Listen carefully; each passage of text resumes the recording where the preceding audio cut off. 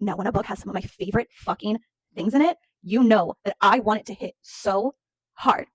Now, did this book do that? Because it certainly had some of my favorite things. Yep, we're talking Crossing Blades by Hayden Hall, the first book in the Arctic Titans of Northwood series. Now, in this book, you meet Riley and Cameron. Now, when you first get introduced to them in the prologue, they are best friends doing the secret bang bang boogie behind their family's back every Sunday like it's their religion. Until all of that comes to an abrupt end when Cameron says, "Peace the fuck out, my guy." And then you jump forward several years later to the start of the book, and now they are enemies. They are strangers because Riley was left in the pit of Cameron walking away and acting as if their time together meant nothing. Now, lo and behold, Riley is the captain of his hockey team and has several new transfers, one of them being Cameron. Yes, and now after all this time, you'd think, hey, maybe some of those friendship vibes would come back.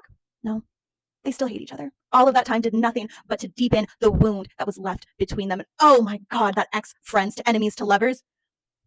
I do love it. Now, what we loved about the book, I loved the tension building. I loved that there was this still animosity and hatred between them that was rooted in hurt, but it came across as just pure anger. Loved in the way the book set it up for them to be in forced proximity situations between the coach trying to get them to work together, Cameron being a transfer needing to be shown the ropes, shown the way of the team, but also the school, and the fact that they both can't afford to live on their own, so they're in the hockey house. There's a very fun light dom sub vibe. There is a baby brat in Riley. Not gonna lie, not my usual brat, but I was like, I see you. I see the potential there. I mean, the spice was spicy. And one of my favorite things that I like, now this could be considered a spoiler for some of you, so la la la la la la, but it has a good third act breakup. It's not a stupid one. I loved it. I was here for it because that repair was good. And the way that they actually did get to kind of talk things out, not only of what caused the breakup, but what also caused the initial rupture in their friendship. And that to me is what ended up kicking it up to a 4-star. Where it fell a little flat for me was there was a lot of potential. The pacing really threw me off a bit. I found myself loving the beginning part of the book because this is not a terribly long book. And so the pacing had to be really delicate. And for me, it felt like it was doing really well. And then it felt really sped up and sometimes really slowed down. Like I was wanting to